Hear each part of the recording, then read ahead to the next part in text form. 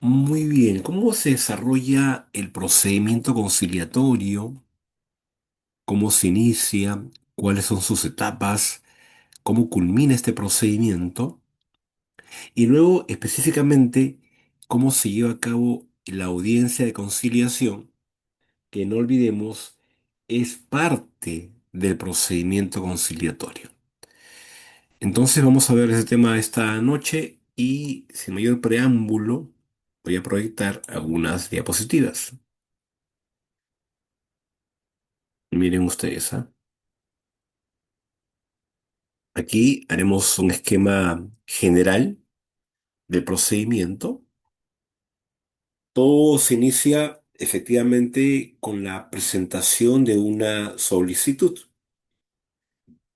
Ese mismo día de recibida, el centro de conciliación tendrá que designar al conciliador que estará a cargo de ese expediente. Ojo, esta designación la podrá hacer el mismo día de recibida la solicitud o de repente la podrá hacer todavía hasta el día hábil siguiente, incluso. Por ejemplo, si el día de hoy, que estamos 26 de noviembre, alguien ingresó un pedido de conciliación a un centro, hoy a las 9 de la mañana, por ejemplo. Hoy día mismo, el centro pudo perfectamente, al mediodía o una tarde, designar a uno de ustedes como el conciliador para ese caso. Pero también tiene todavía la oportunidad legal de designarlo hasta el día hábil siguiente, es decir, hasta mañana miércoles.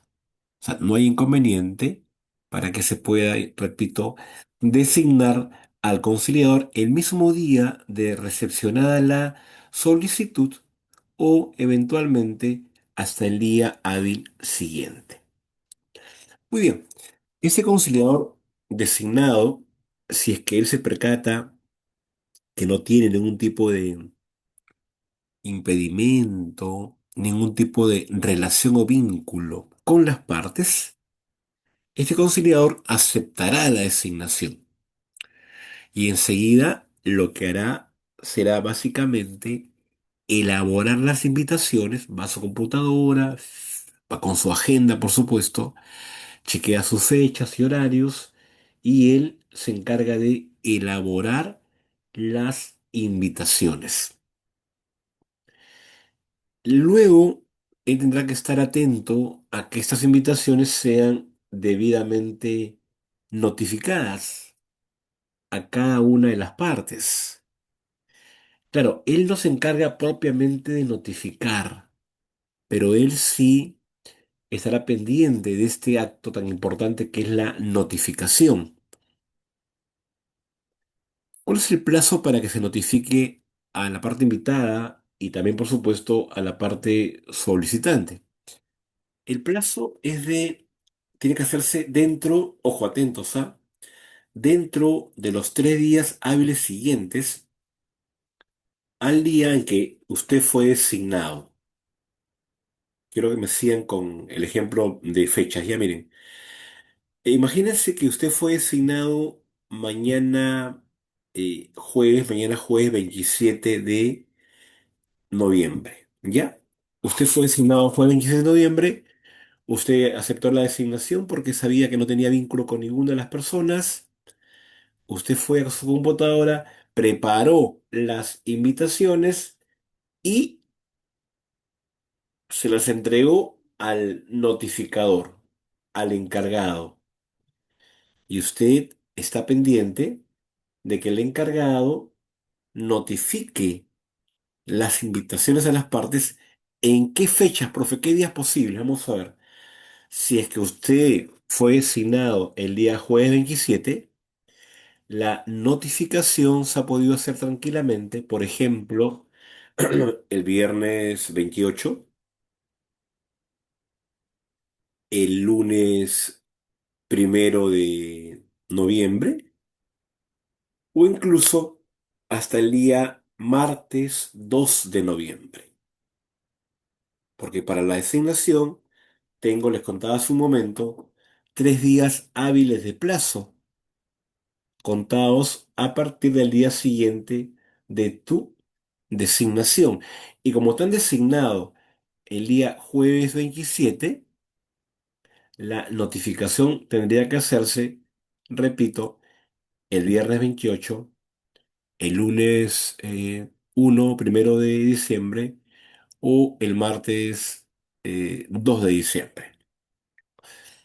¿Quién notifica? Ya vamos a regresar a ver ese tema, pero es importante saber que esa notificación generalmente no la hace el conciliador, ¿correcto? Profe, ¿y cuándo es la fecha de la audiencia conciliatoria? ¿Qué día se fijará para el día de la audiencia de conciliación? Bueno, la audiencia tendrá que hacerse dentro de los 10 días hábiles siguientes al día en que las partes fueron notificadas. A ver, profe, más o menos, a ver, déjeme entenderle. Usted nos contaba hace un ratito que se pudo haber notificado el viernes 28, el lunes primero o el martes 2. Fijemos un día, profesor. Elijamos un día, ya. A ver. Profesor, me gustaría que sea notificado el día lunes 1 de diciembre. Muy bien. La parte invitada y la parte solicitante, ambos fueron notificados en ese lapso, fueron notificados el día 1 de diciembre. Hasta ahí todo perfecto.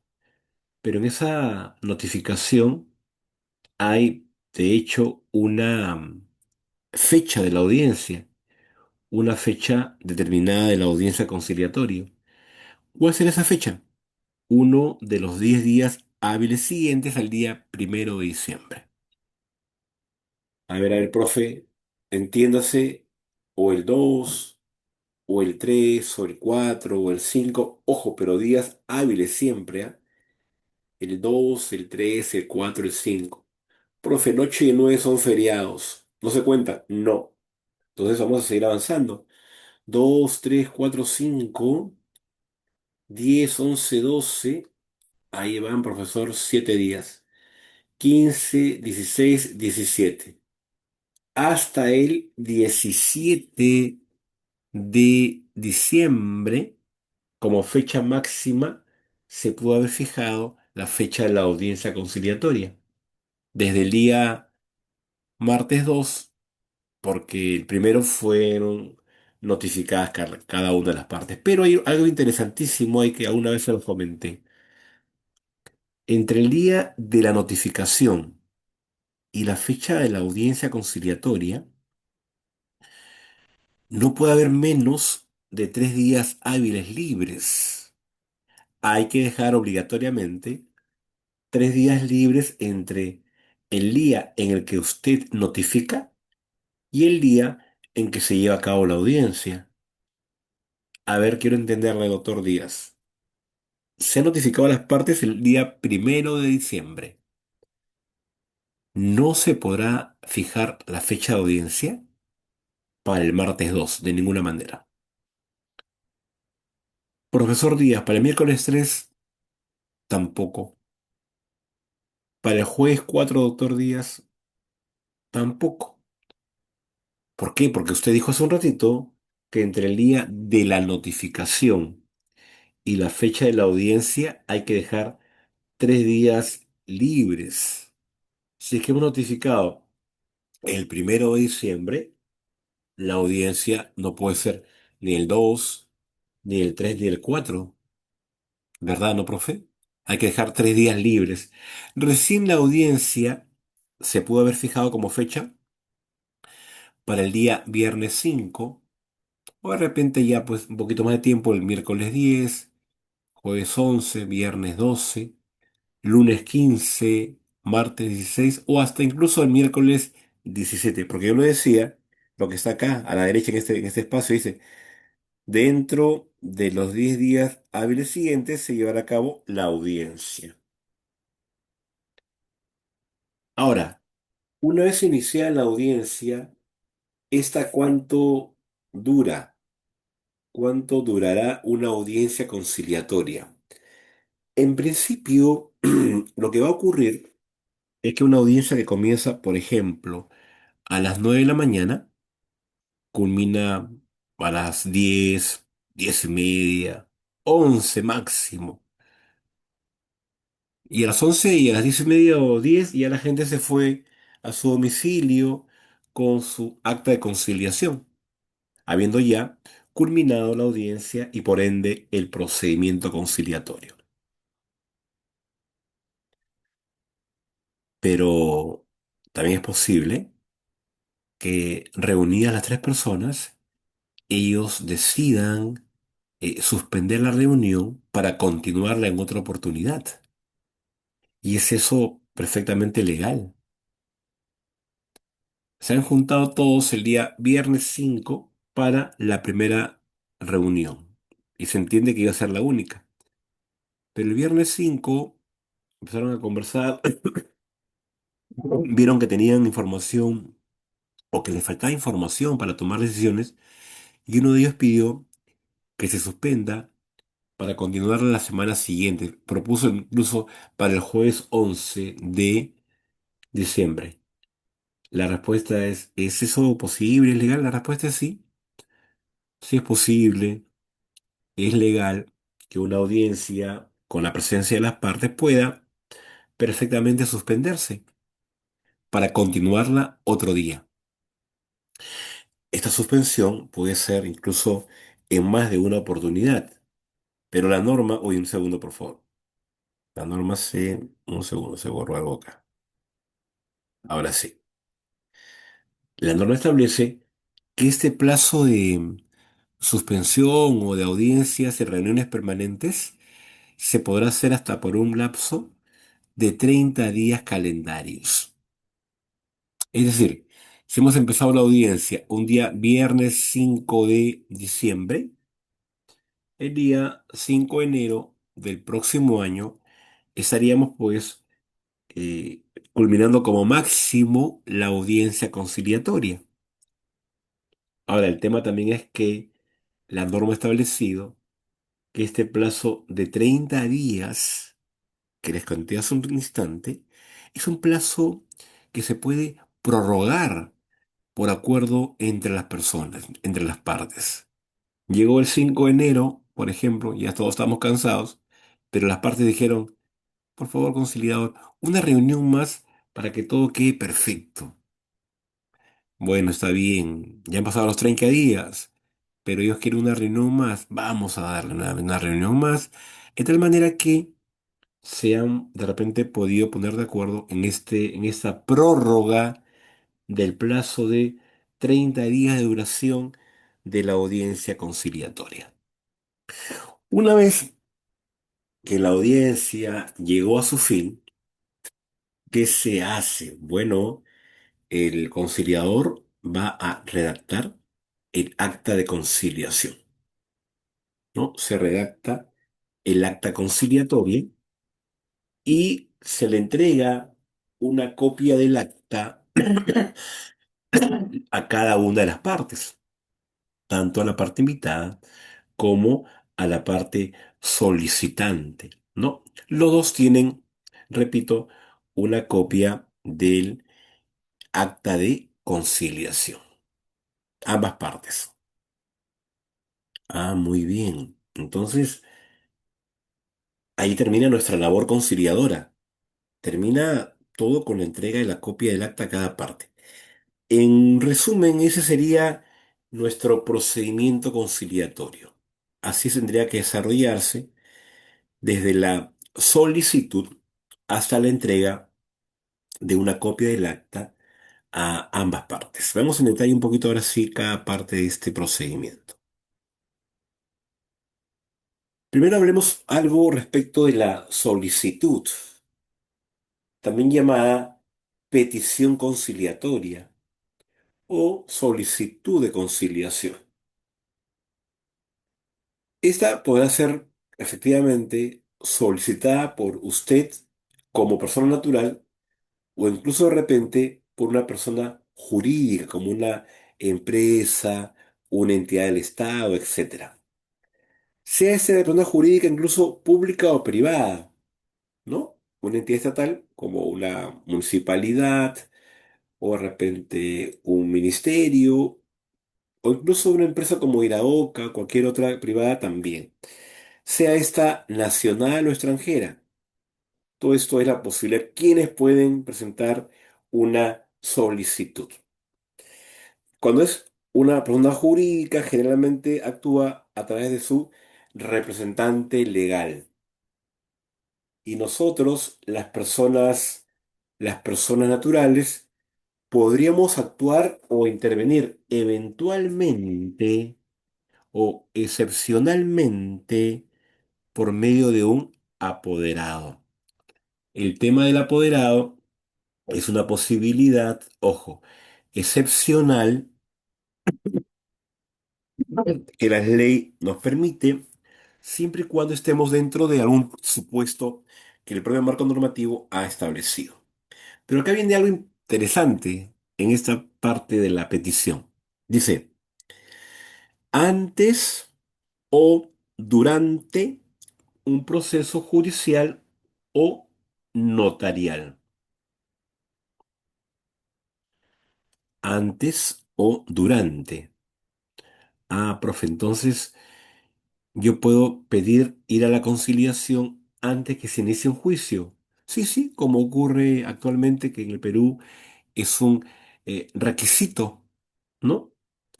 Pero también puede ser durante un juicio, profe. Estamos en pleno juicio civil, por supuesto, y de repente las partes tienen la idea de concluirlo conciliando, pero conciliando por su cuenta, ¿no? En un centro de conciliación. ¿Lo podrán hacer? Sí, profesor. La ley lo permite. Incluso están dentro de repente de un proceso arbitral, un arbitraje. Ya han interpuesto la demanda arbitral, ya hubo incluso una contestación a la demanda arbitral. Se están llevando a cabo audiencias, pero ellos desean iniciar una conciliación allí, en un centro debidamente autorizado. ¿Profe, es posible? La respuesta es sí. Ojo, ha quedado claro en la norma que es o es antes o es durante. Nunca se dijo después de un proceso judicial. Asimismo, la petición conciliatoria podrá ser en forma conjunta o en forma individual. Veamos. Cuando es individual, uno va al centro como parte solicitante y comienzan a correr todos los plazos que hemos dicho hace un rato que están acá, ¿no? Porque es individual. Entonces se hace todo lo que está aquí dentro del procedimiento y la otra parte sería la parte pues invitada a conciliar, mientras que usted es la parte solicitante. Pero también es posible que vayan las dos personas juntas y digan, queremos conciliar. Sería esa una solicitud conjunta de conciliación, que creo que me parece que les contaba una vez que eso es muy frecuente cuando las personas se quieren divorciar o acceder a un divorcio rápido, sea este notarial o sea este municipal. Y en este trámite de divorcio rápido le piden pues un acta de conciliación en la que los padres se hayan puesto de acuerdo en la tenencia, la pensión de alimentos y el régimen de visitas. En vista de que eso es así, entonces los cónyuges que pretenden divorciarse rápidamente por divorcio rápido van en forma conjunta a un centro de conciliación.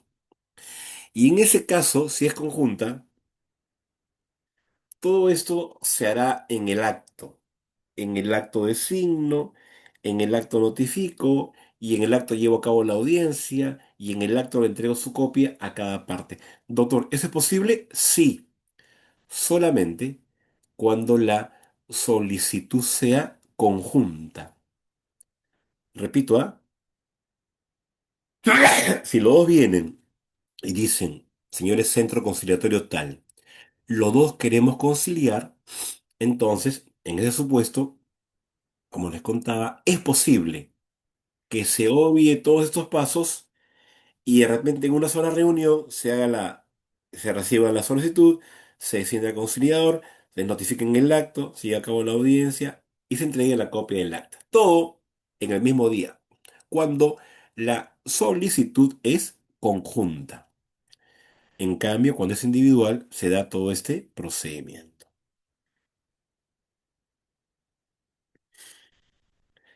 ¿Qué hay de acuerdo? ¿Qué hay, profesor, respecto a la competencia de los centros de conciliación?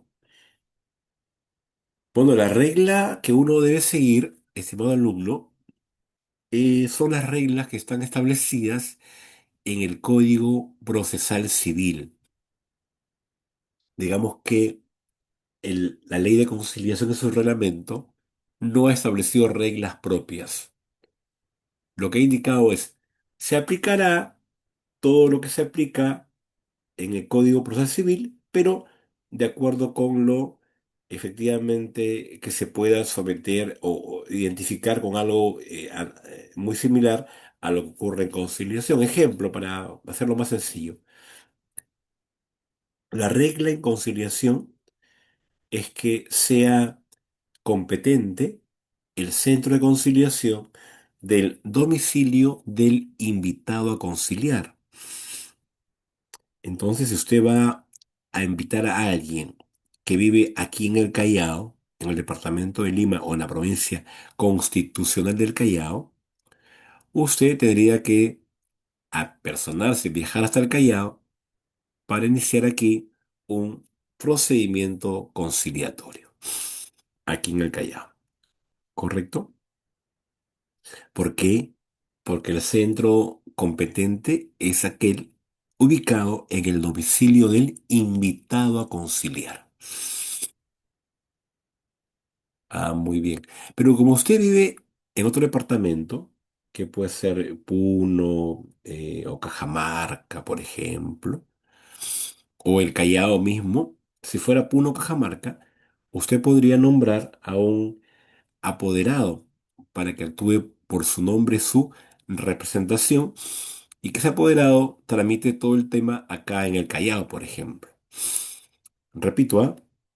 La regla de la competencia es que es competente aquel centro de conciliación del domicilio de la parte invitada a conciliar. Admitiendo, por supuesto, algunas excepciones, yo mencionaré rápidamente dos excepciones a esta regla de la competencia. Primero es la siguiente excepción. Cuando la solicitud sea presentada en forma conjunta, entiéndase por ambas personas, en esos casos las partes pueden perfectamente conciliar donde ellas quieran, donde ellas deseen, en cualquier parte del Perú. No hay ningún problema.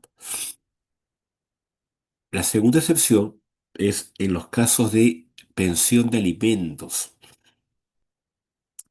En la pensión de alimentos, la parte solicitante tiene un derecho importante aquí.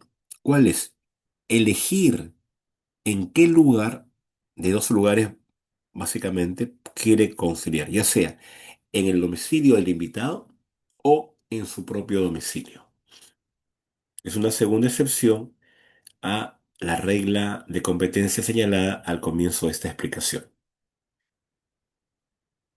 Eso es lo que pongo yo ahí, creo, en la última parte de esta diapositiva. Muy bien.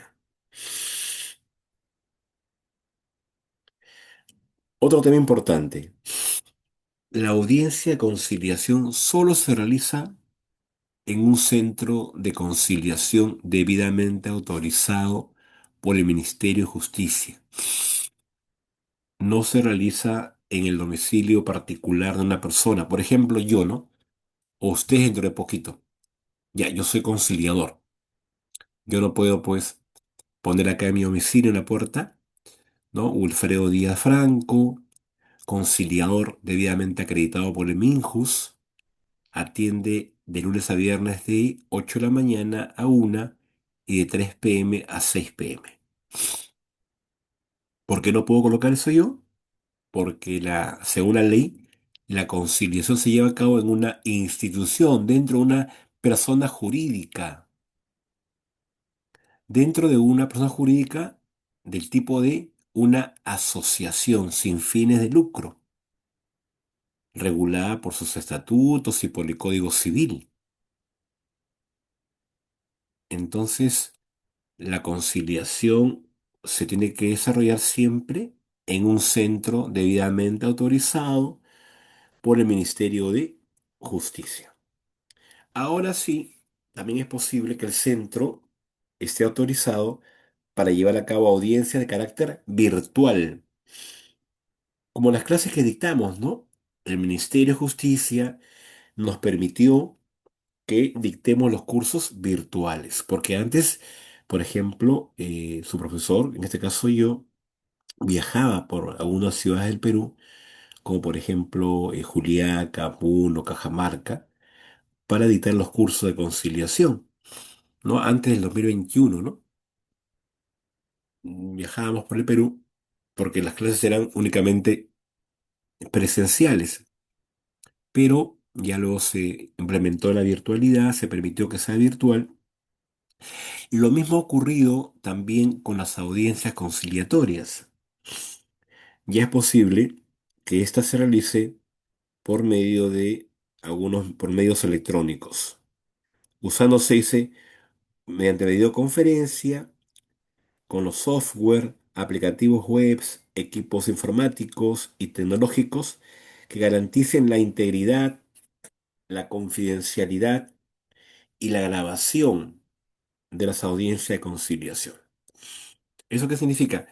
Que si el Ministerio de Justicia te va a autorizar para que lleves a cabo audiencias virtuales, es porque usted ha acreditado que cuenta con toda esta tecnología que permite que esta audiencia sea íntegra, confidencial y que se puedan grabar la parte pertinente de cada audiencia conciliatoria. Acá se habla un poquito acerca de la audiencia virtual, ¿no? ¿Qué se dice? Dice,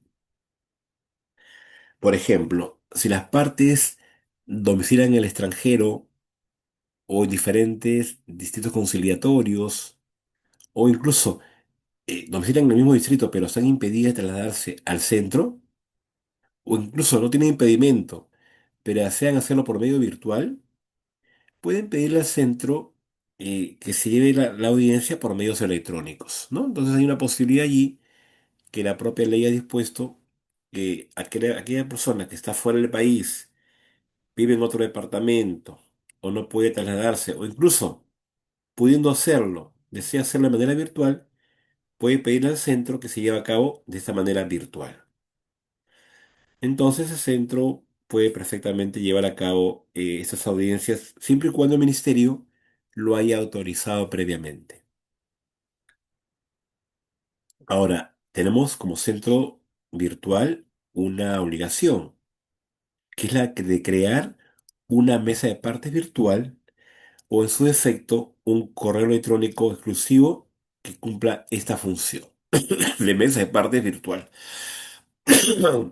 Muy bien, seguimos avanzando. Ahora vamos a ver los requisitos de la solicitud. Primero, la fecha en la cual usted ha redactado esta solicitud. Está claro que esta fecha no es la determinante, porque la determinante es la fecha en la cual te reciben la solicitud. A veces uno para avanzar a unos temas redacta hasta tarde, ¿no? Por ejemplo, usted ahora se pone a trabajar y pone un ejemplo, una solicitud con fecha de hoy día, ¿no? 26 de noviembre.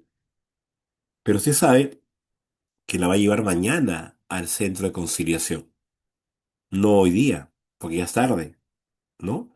Pero usted la ha puesto 26 de noviembre. la fecha que manda es la de recepción. Ah, profe, sería 27. Sí, el centro tiene pues por supuesto todo el derecho de colocar la fecha que efectivamente o en la que efectivamente ha recepcionado la solicitud, que sería, por ejemplo, 27 de noviembre. El nombre, denominación, profe, el nombre si fuera, por ejemplo, una persona natural. Denominación, si es una asociación o una fundación o un comité, ya tiene una denominación. Razón social, si es una empresa más bien. Y luego el documento de identidad, ¿no? Que en el caso de nosotros es nuestro DNI, en el caso de las empresas o entidades es el RUC, domicilio, correo, número de teléfono, etcétera. ¿De quién es, profe? Del solicitante, ¿no? Él indica sus datos, el nombre, denominación o razón social, dependiendo de quién sea usted.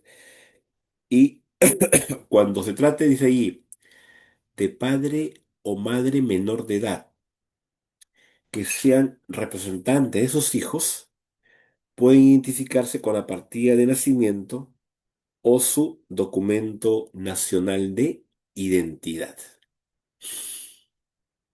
Profe, eso indica en el trasfondo, doctor Díaz, que un jovencito de 15 años, 14, 16, 17, puede tranquilamente tramitar una solicitud de conciliación, un procedimiento conciliatorio. La respuesta es sí, pero eso se dará a partir del nacimiento de su hijo. Recordemos que el artículo 46 de nuestro Código Civil le otorga capacidad para ciertos actos a los padres y madres menores de edad a partir del nacimiento de su hijo. Dentro de estos actos encontramos la posibilidad de llevar a cabo conciliaciones extrajudiciales. Entonces, ese menor se acerca a tu centro con todo derecho y quiere, o esa menor, conciliar, y se presenta con su DNI amarillito o con su propia partida de nacimiento, se identifica. ¿Profe es legal? Sí. ¿De recibo? Por supuesto. Pero tiene que traer la partida de nacimiento de su hijito para acreditar que el niño ya nació. Muy bien. Igual también la señorita, la chica, también pudo hacer exactamente lo mismo. Seguimos avanzando. Luego también, de repente se actúa por medio de un apoderado o por medio de un representante. En ese caso hay que indicar pues el nombre, domicilio, etcétera, de esta persona. Luego, como cuarto requisito, tiene que ir ahí el dato, el nombre de con quién se quiere conciliar. ¿A quién vamos a invitar a conciliar? El nombre, si esta es una persona natural, de repente su denominación, si es una asociación, y su razón social, si es una empresa, por ejemplo. Luego, el domicilio real de esta persona con la que se sea conciliar. Profesor, desconozco su domicilio, no sé dónde vivo. Número 5. Me piden que yo indique dónde vive la parte invitada a conciliar. Pero yo desconozco, no sé, profe. He averiguado, no lo ubico. ¿Debo, doctor Díaz, irme al periódico a publicarlo o preguntarle a un abogado para que me diga si aplico el Código Procesal Civil de manera supletoria? La respuesta es no, estimado alumno. Nuestra norma es muy clara en este tema muy particular. Nuestra norma ha establecido lo siguiente. Ojo, atentos, ¿ah? No procede la conciliación cuando se desconoce el domicilio de la parte solicitante. Si yo no sé dónde domicilia, perdón, de la parte invitada, ¿no? Lógico. La parte invitada, entonces, la ley ha dicho, en esos casos señor, señora, no procede la conciliación. Usted tendrá que interponer su demanda judicial directamente porque no tiene por qué pasar previamente por la conciliación. No tiene por qué hacerlo, ¿correcto? Entonces, esto es en cuanto al domicilio real de la persona o personas con las que se desea conciliar. Seguimos avanzando en cuanto a los requisitos.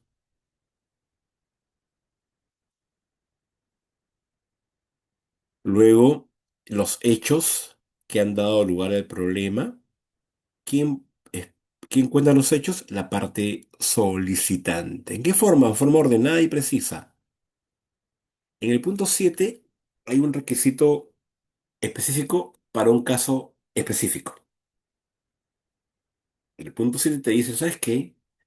Si su solicitud de conciliación trata sobre pensión de alimentos, entonces, en ese caso, la parte solicitante deberá indicar si existen o no otras personas que tienen también derecho alimentario, para poco preservar los principios de buena fe y legalidad de la conciliación. Les explico.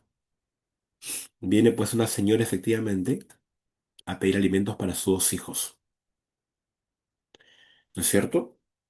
Usted tiene la obligación de preguntarle a ella si es que ella conoce o desconoce que el señor, el obligado, tenga también otra carga familiar adicional a la de ella con sus niños. Le pregunta, le dirá que sí, le dirá que no, y ese dato lo consigna ¿dónde, profe? En la solicitud que ella está presentando. ¿Por qué? Porque no se olvide que en el tema de los alimentos, la pensión máxima a fijarse sería hasta un 60%. Entonces, si hay varios acreedores, varias personas con derecho, yo no podría superar ese monto del 60%. Por lo tanto, es mejor saber si hay más personas a fin de no superar el monto al momento de fijar pensión para cada uno de ellos. Ojo, no se va a fijar para la gente que ella mencionó si es que no está, que ellos no han presentado ninguna solicitud, no, pero igual se va a prever que el monto que fijemos acá permita que ellos también tengan un monto de alimentos hasta llegar en total hasta un 60%. Esa es la idea. A ver, profe, a ver, déjeme entenderle bien. La señora viene y dice, tengo dos hijos. Acá están mis partidas. Usted le pregunta, señora, ¿sabe si tiene más obligaciones? Sí, tiene dos niños más también él. Le contaré. Perfecto. Usted sabe que en total, como máximo, se le puede descontar al hombre hasta el 60%. Como hay cuatro niños ya, dos aquí y dos que no conozco, pero me ha mencionado que sí, entonces yo no puedo en la audiencia permitir que el monto de estos dos niños supere tal cantidad y no permita que la otra persona pueda tener también un monto de pensión, por más que no esté presente. Ya me informó. Ah, profe, porque el acuerdo y la conciliación tiene que estar siempre dentro del marco de la ley, de la legalidad, por esa razón, efectivamente. En el punto 8 de los requisitos nos piden también que la parte solicitante indique la pretensión, el pedido y la materia a conciliar. Por ejemplo, materia a conciliar, desalojo, así, en sumilla, así, en concreto. Pretensión, que el señor Juan Ramírez Lazo, arrendatario de un inmueble de mi propiedad, cito en tal lugar, que el señor desocupe dicho inmueble en un plazo máximo de 30 días. Ah, entonces ahí está la pretensión, ¿no, profe? Que el señor Juan Ramírez Lazo desaloje. Pero también está, profesor, allí la materia, que es el desalojo. Ambos puntos se nos pide que los señalemos dentro de la solicitud. La firma de usted como parte solicitante. De repente, si no tiene usted estudios, si no tiene usted, no estudió educación básica, ni sabe leer ni escribir, es decir, si usted es analfabeto, puede colocar su huella dactilar. Y en el caso que el pedido se haya hecho por medios electrónicos, usted podrá estampar su firma electrónica y o digital, dice la norma. Seguimos aquí, terminamos aquí con los requisitos. Nos piden también el número de teléfono, el correo o el nombre del aplicativo u otro medio a través del cual el solicitante ha tenido interacción previa con la persona o personas o representante de la persona jurídica con las que quiere conciliar. A ver, a ver, a ver, a ver. ¿Cómo así, profe? Ah, les cuento. Este requisito es básicamente para cuando el procedimiento sea virtual o va a ser virtual. En esos casos hay un requisito nuevo, ese 10 es nuevo, en el que se dice, ¿sabes qué? Tráeme la impresión del WhatsApp, tráeme alguna forma de qué número, o por medio de qué correo, qué le enviaste a la otra parte para saber que has intentado comunicarte con ella o una interacción previa. Ojo, este requisito es un poco no tan sencillo de cumplir, ¿no? Y tampoco se ha exigido realmente, pero es únicamente, repito, cuando la audiencia sea virtual. En ese caso, te piden que hayas intentado interactuar, comunicarte con otra persona e indiques por qué teléfono te intentaste comunicar, o por qué correo, o por qué aplicativo tecnológico. Luego dice que toda la información que usted ha proporcionado a nivel de solicitud tiene carácter de declaración jurada, ¿no? Y así deberá expresarlo en la solicitud, sujetándose a las sanciones que corresponda en caso de falsedad. Entonces, hay que decir la verdad cuando uno presentará solicitud de conciliación. Ahora, en cuanto a los anexos que se acompañan, algo debe quedar muy claro, y creo que ha quedado claro siempre en el curso. En conciliación no hablamos de medios probatorios o de medios de prueba. En conciliación, estimado alumno, alumna, hablamos de algunos documentos relacionados con el problema, con el asunto, pero no propiamente medios probatorios o medios de prueba. No propiamente eso. Ah, profesor, entonces, cuando yo hablo de anexos, vamos a hablar de varios documentos, pero en ningún caso, por favor, de un medio de prueba, porque el medio de prueba, ¿qué cosa busca? El medio de prueba busca crear convicción, certeza en alguien que va a tomar una decisión. Yo trato de convencerlo a partir de las pruebas que yo presento. Y usted sabe que en conciliación, nosotros, los conciliadores, no vamos a tomar una decisión. Son las propias partes quienes van a decidir. Yo los voy a ayudar, pero no voy a decidir. ¿Correcto? Vamos a ver. ¿Qué nos piden como para acompañar a esta solicitud? Nos piden la copia del documento de identidad, copia simple. Si es que somos representantes, aquel documento con el que se acredite la representación. Si son padres menores de edad, pues ya dijimos temprano, la partida de nacimiento o el DNI de ese papá joven. Y cuando se actúa por medio de apoderado, que ojo, doctor, doctora, el tema del poder en conciliación, y ha quedado claro muchas veces, es algo excepcional. La regla es que la concurrencia sea de carácter personal. Las partes van directamente él y ella, tanto el invitado como la parte solicitante, ¿correcto? Entonces, no es que uno actúe por medio de apoderado, sino eso ocurre únicamente, repito e insisto, en forma excepcional. De ser así, le piden el certificado de vigencia cuando se encuentra inscrito o el poder por acta emitido por el secretario general, en ese caso cuando sea de esa manera otorgado. Del poder voy a hablar en un rato más con mayor detalle, ¿ya? Pero les adelanto que el tema del poder es algo, repito, insisto, doctor, doctora, excepcional.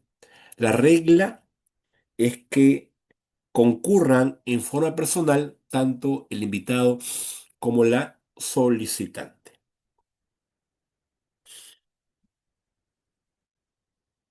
¿Qué más, profe?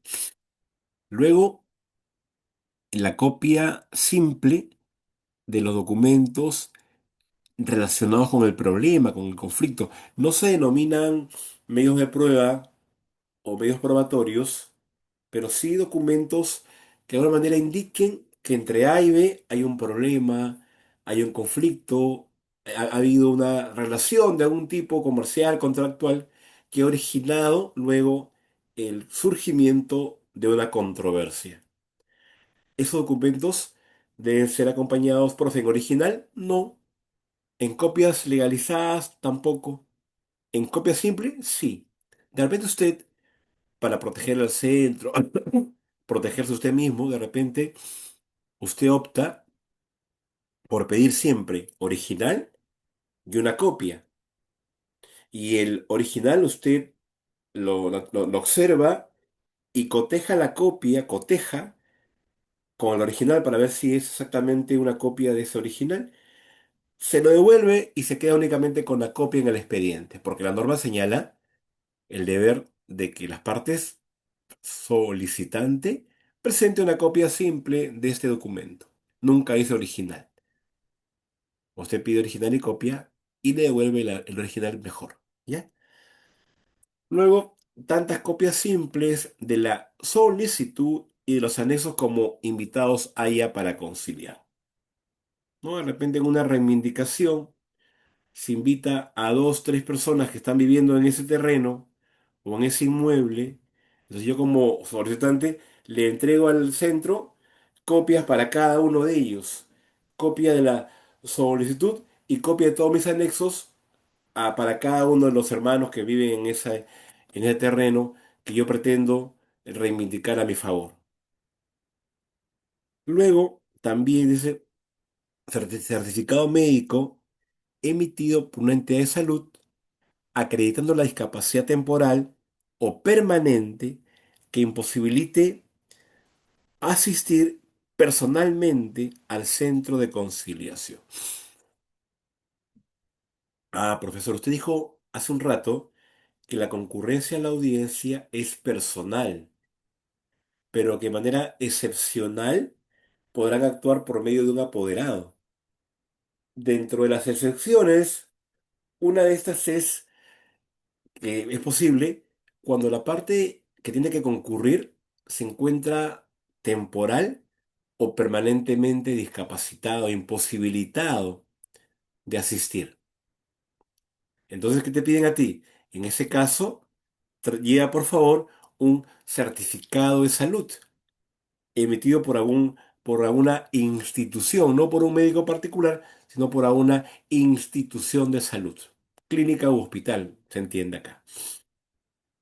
Luego, también se piden una copia simple del correo o aplicativo por medio del cual hubo esta interacción previa entre las partes únicamente cuando la audiencia se realizará en forma virtual. Ya dijimos que el número 10 y ahora aquí número 7 es cuando la audiencia ya no es presencial, sino es virtual. Te piden que se haya realizado una interacción entre las partes previamente. Vamos a ver ahora un poquito respecto del tema de la solicitud a partir de una pregunta importante. Todas las solicitudes del doctor Díaz deberán ser recibidas, recepcionadas o habrá una especie de calificación como ocurre a nivel procesal judicial. No se califica, se ha acompañado todos los documentos. Acá habrá lo mismo, profesor, o alguien viene al centro, yo simplemente recibo, pongo el sello y ya está aceptada esta solicitud e iniciado el trámite conciliatorio. La respuesta es no. La respuesta es que hay que hacer efectivamente una calificación rápida e inmediata, pero hay que hacerla. ¿Y qué criterios se deben tomar en cuenta en esta clasificación? Veremos eso en la siguiente diapositiva. ¿Me gusta esa? Acá está. Calificación de la solicitud para que sea esta recepcionada o no. Primero, usted debe determinar que la materia a tratar, que está considerada allí dentro de la pretensión, se trate, o sea, una materia conciliable. Bueno, profesor, en civil van a ser conciliables aquellas pretensiones determinadas o determinables que traten o versen sobre los derechos disponibles de las personas. Efectivamente, entonces, si la materia es conciliable, ya pasó el filtro número uno, o primer filtro, materia conciliable. Segundo, determinar que el centro sea un centro competente o tenga competencia. Profe, ya usted mencionó hace un rato que es competente, por lo general, aquel centro ubicado en el domicilio de la parte invitada a conciliar. Si usted tiene su centro, por ejemplo, en la provincia de San Román y usted quiere y recibe una solicitud en la que el invitado vive en San Román, usted no tiene ningún problema en recibirla. ¿Por qué? Porque tiene competencia territorial. Ya, mi centro profesor Díaz queda en San Román. El invitado vive en Puno, en la provincia de Puno. ¿Acepto o no acepto la solicitud? La respuesta es no. ¿Por qué? Porque lamentablemente no tengo esta competencia, porque mi centro, ubicado en San Román, debe recibir solicitudes de invitados que vivan en San Román, no de invitados que vivan en Puno, por ejemplo. Luego tenemos un cuarto criterio, que sean acompañados los documentos vinculados con el problema. Por ejemplo, ¿no? En un desalojo. Ah, profe, puede ser el contrato de arrendamiento, o de repente el recibo o la renta, el recibo de renta impago. Profe, en una deuda de dinero puede ser el contrato de mutuo o el recibo de entrega de dinero.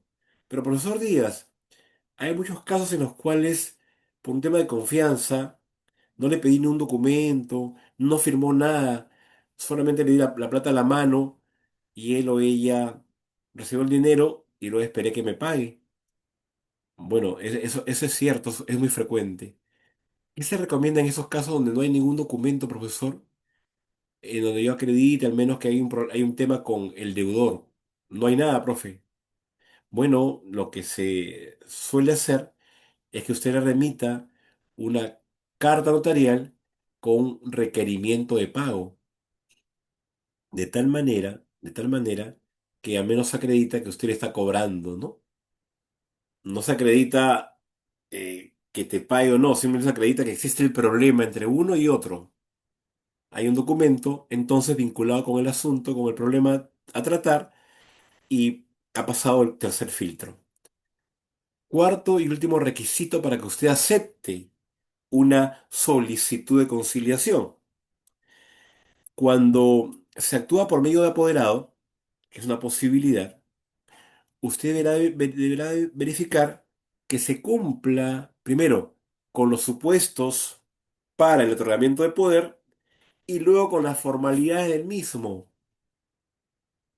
Ah, profe, ¿cómo así?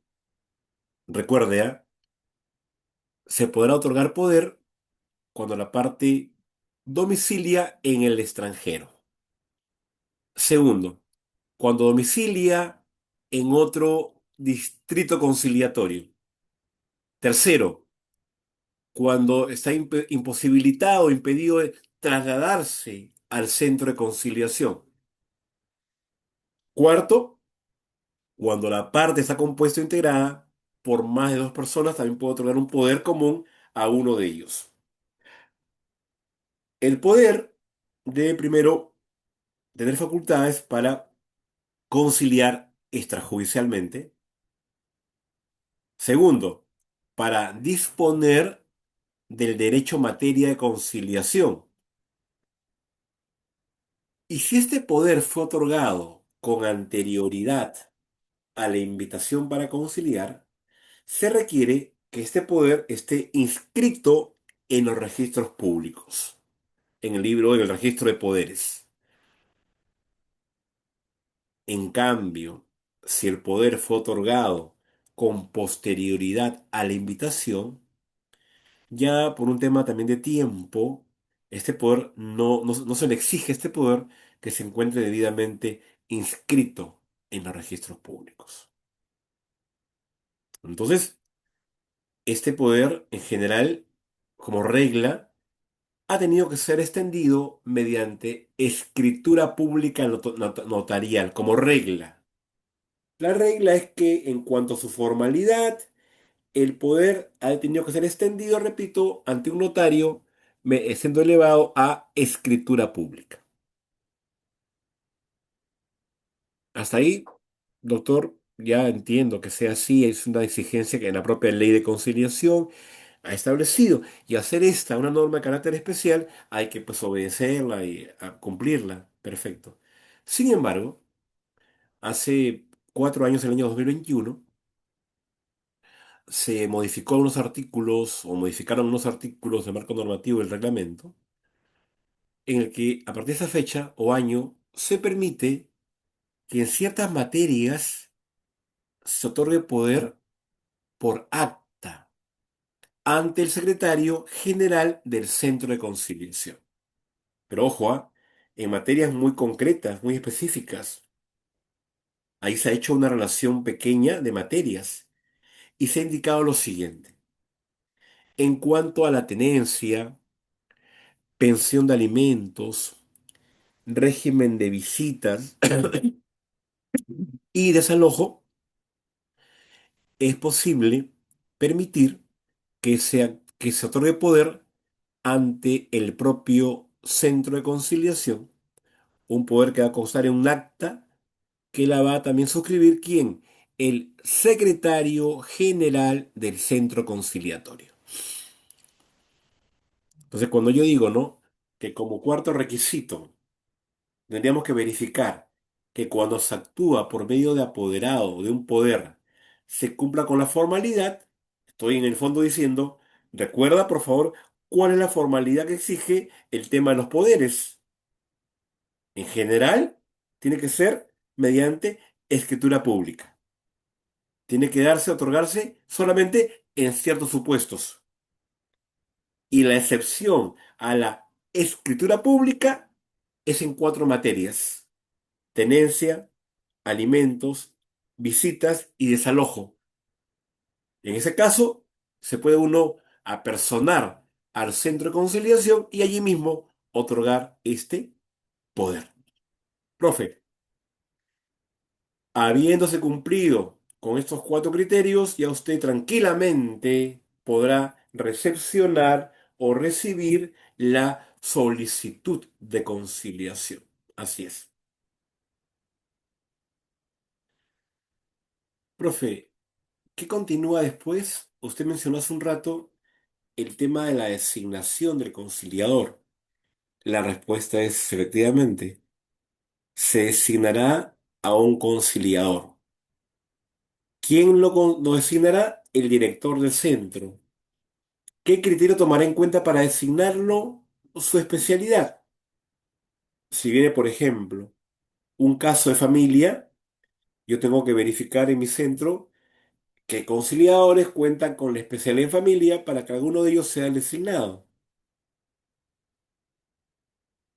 Ahora, respecto también de la designación, es importante que usted sepa que usted va a aceptar una designación siempre y cuando no tenga vínculo o relación con alguna de las partes. Usted, al no tener vínculo, se puede afirmar que usted es neutral. Cumple entonces con el principio de neutralidad que se le exige a todo conciliador. Y siendo usted neutral, usted podrá aceptar dicha designación. Pero ¿qué ocurre si en cambio usted sí tiene un vínculo con alguno? Es un pariente, tiene contratos con él o con ella, ha trabajado para él o para ella. ¿Qué ocurre allí? En esos casos usted tiene que abstenerse de participar. Mejor, no aceptar la designación. No se olvide que el director le remitirá a usted una esquela de designación, indicándole el nombre de usted, para qué caso ha sido designado, el número de expediente, cuál es la materia a conciliar y también, por supuesto, el nombre de las partes. Y ahí usted verá cómo se llama o quién es mejor, la parte invitada y quién es la parte solicitante. Y usted verificará ahí rápidamente que no tiene vínculo con ninguno de los dos. Siendo ello así, usted puede perfectamente aceptar dicha designación sin problema alguno.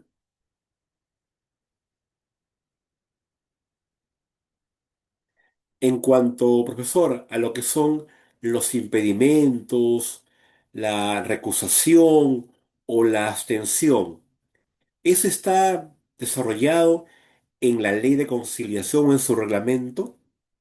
No, no. Lo que se ha hecho en este caso es que la propia norma nos ha remitido para aplicar en forma supletoria otro marco normativo. Profe, ¿cuál marco?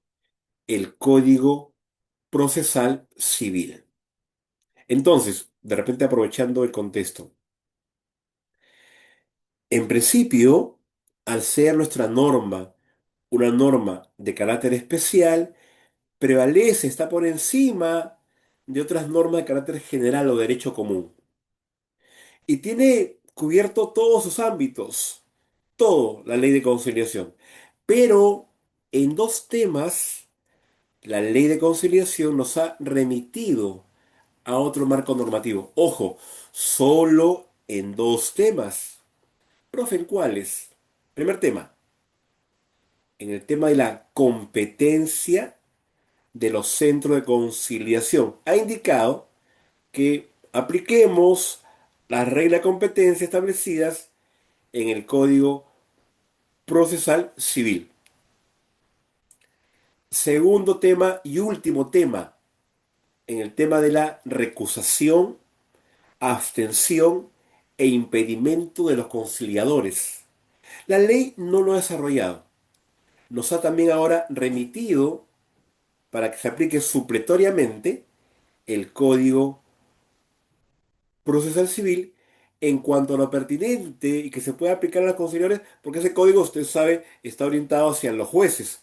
Pero en cuanto a lo pertinente y aplicable, se tomará en cuenta también para la conciliación. Son los únicos dos temas. Por eso, cuando hace un rato yo les contaba algo de la notificación, yo recordaba un caso, ¿no? Un alumno hace varios meses ya me envió la fotografía de un periódico. En esa fotografía encontramos un edicto. Se estaba notificando a una persona cuyo domicilio se desconocía mediante un aviso en el periódico, aplicando el Código Procesal Civil. Pero ya les dije, doctor, doctora, mi estimado alumno, alumna, Este marco normativo solo se aplicará cuando la propia ley de conciliación de manera nos remita por remisión, nos indique que tenemos que aplicar esos artículos de este código. No porque yo lo crea, lo considere, lo suponga o por analogía crea que debe ser de ese modo, de esa manera. Ah, profe, interesante. Muy bien. Ahora veamos las invitaciones para conciliar. Hoy día justo me envió un hermano que había llegado al edificio donde él vive una invitación para conciliar. No le había llegado a él, le había llegado a otra hermana que vive ahí mismo, ¿no? Y en esta invitación, efectivamente, se seguía todo el formato que el propio Minjus ha elaborado. ¿Pero el formato de qué? Formato de invitaciones. Hay formato que usted tiene que seguir. Profe, ¿cómo cuáles? Veamos rápidamente estos requisitos primero. Vamos a ver. El nombre, la denominación o la razón social de la persona a la cual se le invita, su domicilio, su correo, número, etcétera, a la cual se invita. Igual también la denominación, número de teléfono y dirección de quién, del centro de conciliación, porque se entiende que usted va a ser invitado para ir a un lugar. Tienen que indicarte dónde queda ese lugar, dónde está ubicado el centro conciliatorio. Igual el nombre de la parte solicitante, ¿no? Hay que indicar en esta invitación cuál es la persona que ha motivado todo este procedimiento y que lo ha iniciado. Cuarto, el asunto, la materia o el tema sobre el cual se desea conciliar. Número 5, copia simple de la solicitud y de los anexos para cuántas personas se le va a invitar. Número 6, información vinculada con la conciliación, información vinculada con el otorgamiento de poder, día y hora de la audiencia, y si es por videoconferencia, el link de la reunión. Y por supuesto también la fecha de emisión de la invitación.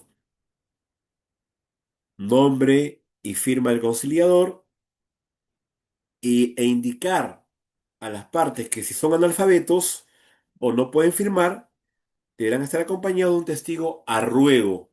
Igual, si hablan otro idioma diferente al castellano, la indicación que pueden llevar a un traductor de su elección. Luego, ojo, ustedes han visto a veces que a unas invitaciones para, sobre todo convocatoria a asamblea de socios, se pone primera citación o segunda. Incluso en la comisaría, cuando citan a un investigado o a alguien, ahí ponen también primera hora, segunda hora. Ojo, en conciliación no.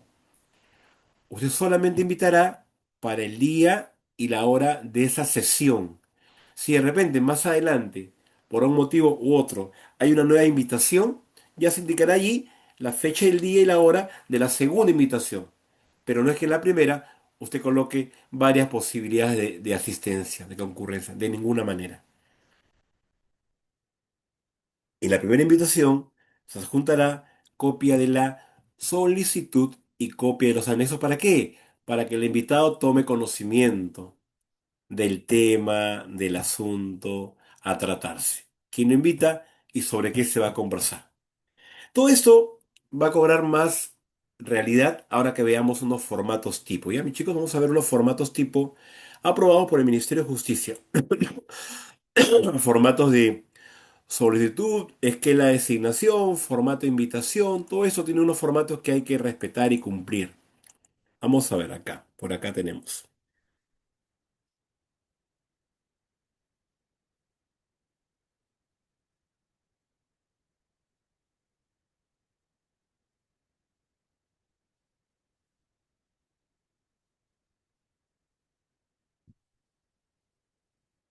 Bien, el año 2009,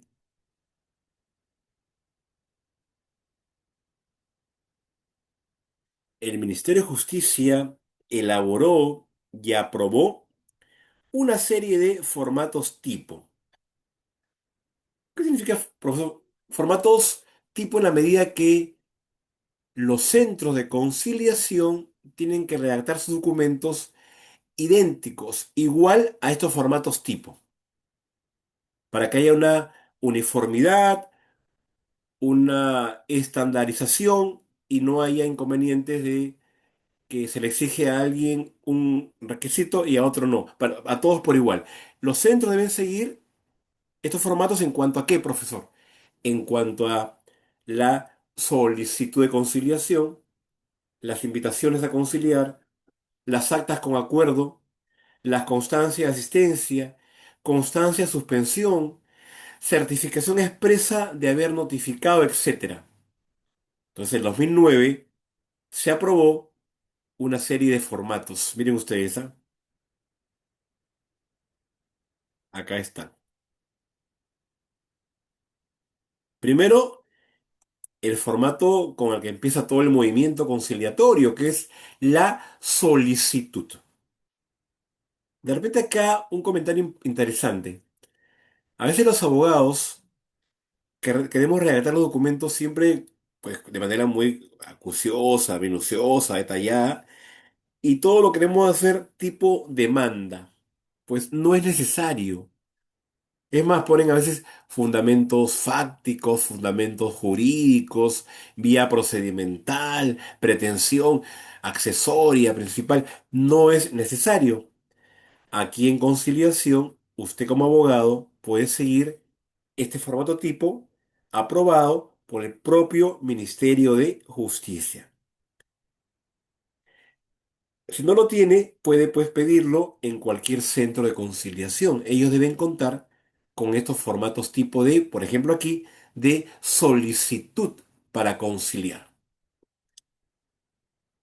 Ya igual no ha ido al centro, usted quiere prepararlo en su oficina, lo puede hacer, pero repito, no hay necesidad de hacerlo tipo demanda, más bien revise el formato tipo del Ministerio de Justicia y hágalo muy similar, muy parecido a dicho formato tipo. Con ello es suficiente. Veamos por favor este formato que usted lo va a llenar en un rato más, ¿ya? Como practicando.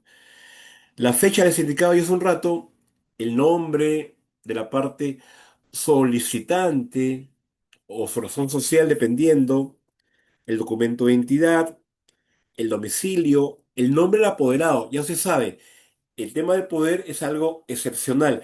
O de repente el nombre de su representante. Quienes actúan por medio de representantes, por ejemplo, las personas jurídicas, los menores de edad también. Domicilio del apoderado, lo mismo, o de su representante. Nombre del invitado y domicilio del invitado. Si es que se desconoce el domicilio del invitado, por favor, no vaya a notificar mediante edictos en el periódico, en la página web de tal entidad. No, no, no, no, no. Si se desconoce el domicilio del invitado, la norma ha establecido que en esos casos no procede la conciliación. Significa esto que se va a interponer la demanda directamente. La segunda parte de esta solicitud tiene que ver con lo siguiente, que usted exponga brevemente los hechos que dieron lugar al problema, a la controversia. Ah, profe, ¿qué indica allí, por ejemplo? Ah, que con fecha 15 de diciembre de 2010 le efectuó un préstamo de tanta cantidad de plata a tal persona, me pagó de esta manera las primeras cuotas hasta el 2020, sin embargo, en el 2020 dejó de pagar, etcétera. Usted contará ahí los hechos. El número 3 solamente se exige en los casos de pensión de alimentos.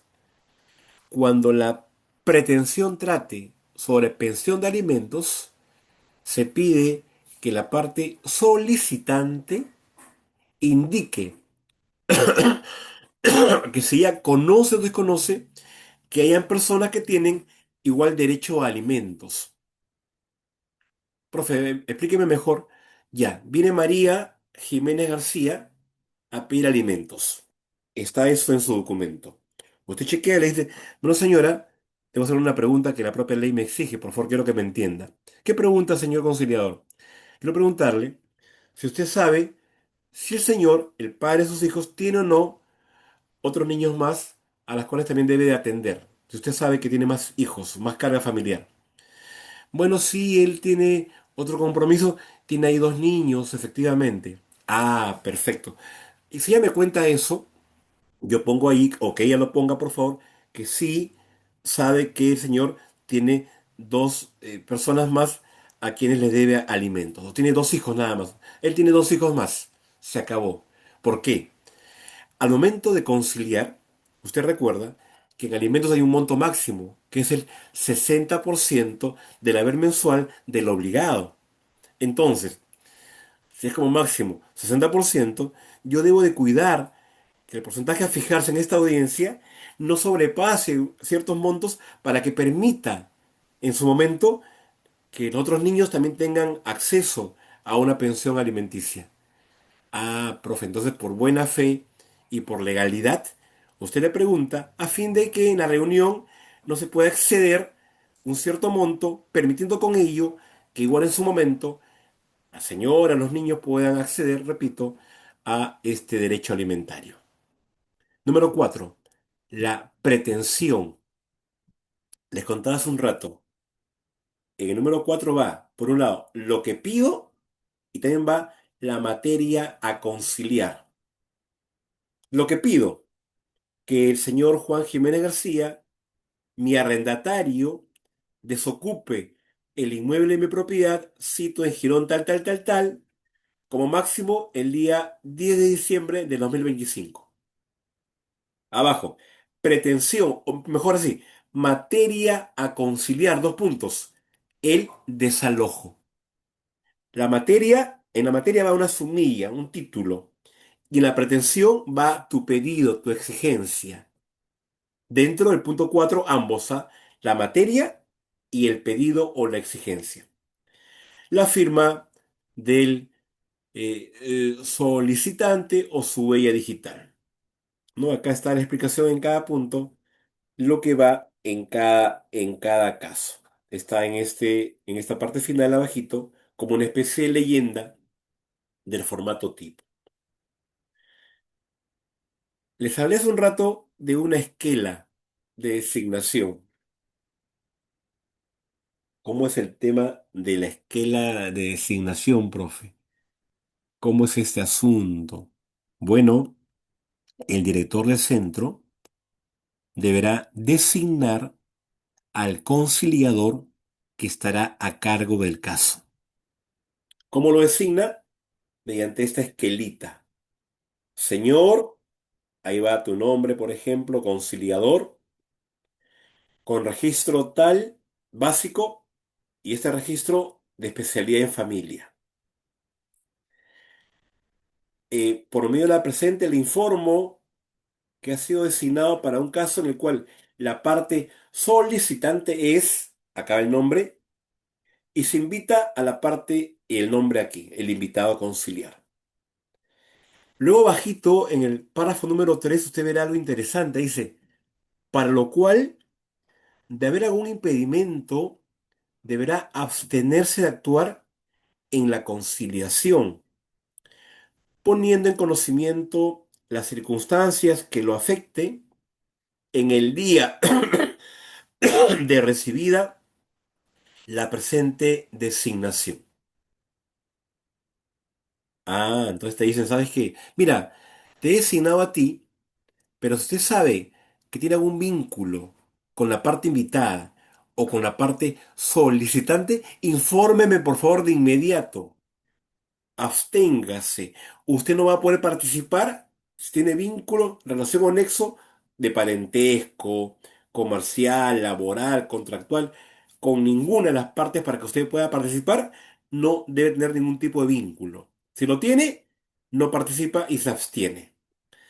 El director Cuando te notifica la esquela, te dice, ¿sabes qué? De tener vínculo, por favor, infórmame de ese hecho de inmediato y abstente de aceptar la designación. Luego te dice el número de expediente y la materia a tratar y la ciudad y la fecha y la hora en la cual se efectúa dicha esquela. ¿Para qué te indica el número de expediente? Para que usted se dirija a la oficina administrativa del centro de conciliación, ¿no es cierto? Y allí usted pide el expediente y lo puede revisar. Yo les indiqué en la clase anterior algo respecto a una técnica de procedimiento en la cual, después de usted haber revisado el expediente, le pedía al director algo. ¿Quién recuerda de qué técnica de procedimiento estoy hablando después de haber revisado detenidamente el expediente? ¿Qué le podemos pedir al director del centro?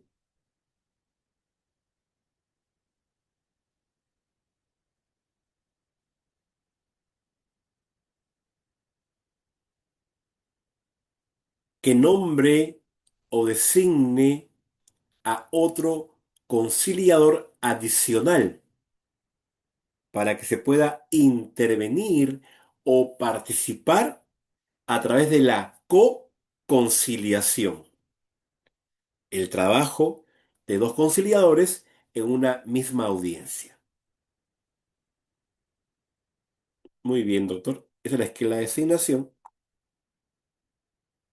Y doctor Díaz, acá está una invitación muy sencilla que es ser llenada, ¿no? En cuanto al nombre de uno de otro, dirección de uno de otro, el día, la audiencia, la materia, la información de la conciliación y todo lo que usted ha mencionado hace un instante. Dejaré una tarea para ahora mismo, porque es importante que uno practique todo esto y no se quede solamente en el marco normativo, sino sobre todo en la hacer. Es lo importante hacer. Vamos a ver.